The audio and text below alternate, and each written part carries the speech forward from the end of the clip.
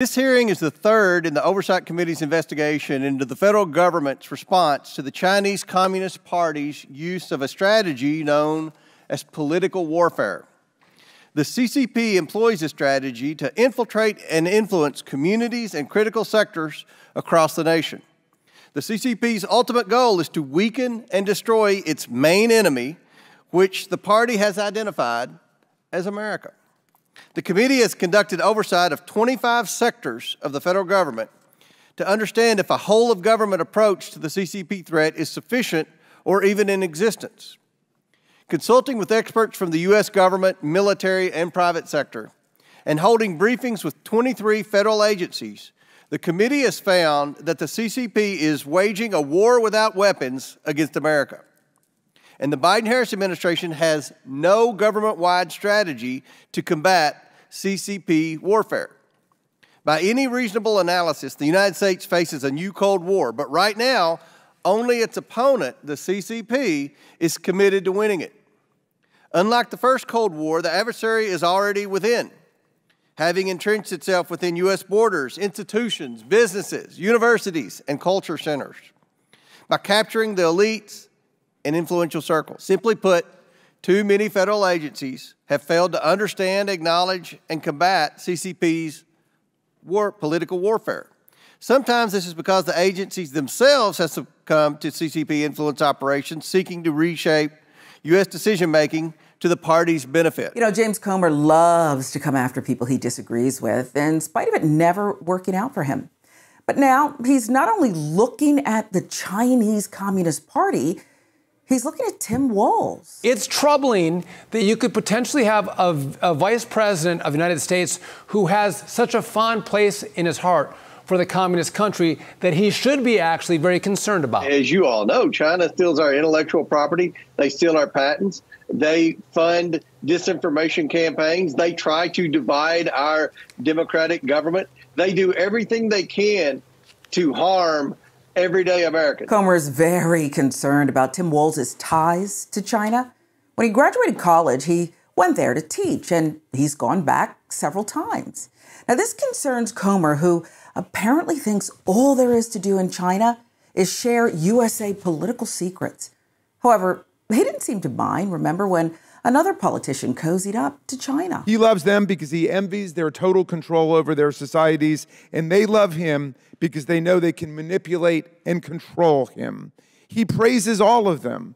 Putin, Orban, Xi, Kim Jong-un. Trump exults in their friendship and emulates their control over what he calls their people. When he was president, Trump said that he and Xi, the president of China and chairman of the Communist Party, quote, love each other. And Trump called Xi a brilliant man. He openly envied and marveled over Xi's total control over his people, saying, quote, he controls 1.4 billion people with an iron fist. And when people ask questions about Xi and the CCP's role at the beginning of the COVID-19 crisis, Trump repeatedly defended Xi and praised his excellent leadership, calling him a brilliant man, smart, brilliant, everything perfect. We love each other. President Xi, who's a friend of mine, who's very smart, very good man, nobody like that. The look, the brain, the whole thing. My feeling toward you is an incredibly warm one. You know, this feels like it's going outside of having good relationships with foreign nations and turning into something much more nefarious. I mean, isn't this something we should be more concerned about than Walz's trips to China? All the dictators and despots of the world have something in common in 2024.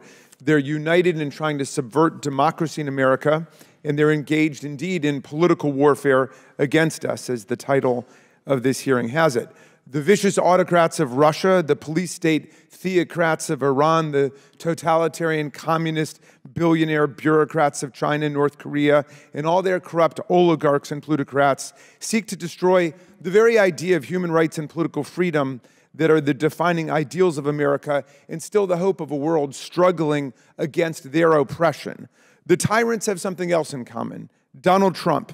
He loves them all, and they love him back. Trump's repeatedly praised Russia's lawless and bloody invasion of Ukraine as smart. At a Mar-a-Lago fundraiser in 2022, he gushed that Putin was taking over a country, a vast, vast location, a great piece of land with a lot of people, and just walking right in. At the presidential debate earlier this month, he refused to say that he wanted Ukraine to win the war, but said he would end the war in 24 hours, meaning he would, per usual, cave in to Putin's propaganda and outrageous demands and cede large parts of Ukraine to the Russian strongman who imprisons, poisons, and murders his political opponents. Trump's chief of staff, John Kelly, described his own boss as, quote, a person who admires autocrats and murderous dictators, a person that has nothing but contempt for our democratic institutions, our Constitution, and the rule of law. And to quote Trump's chilling 2018 comments to Fox News about Kim Jong-un, Trump said, he's the head of a country, and I mean he's the strong head. Don't let anyone think anything different. He speaks and his people sit up at attention. I want my people to do the same.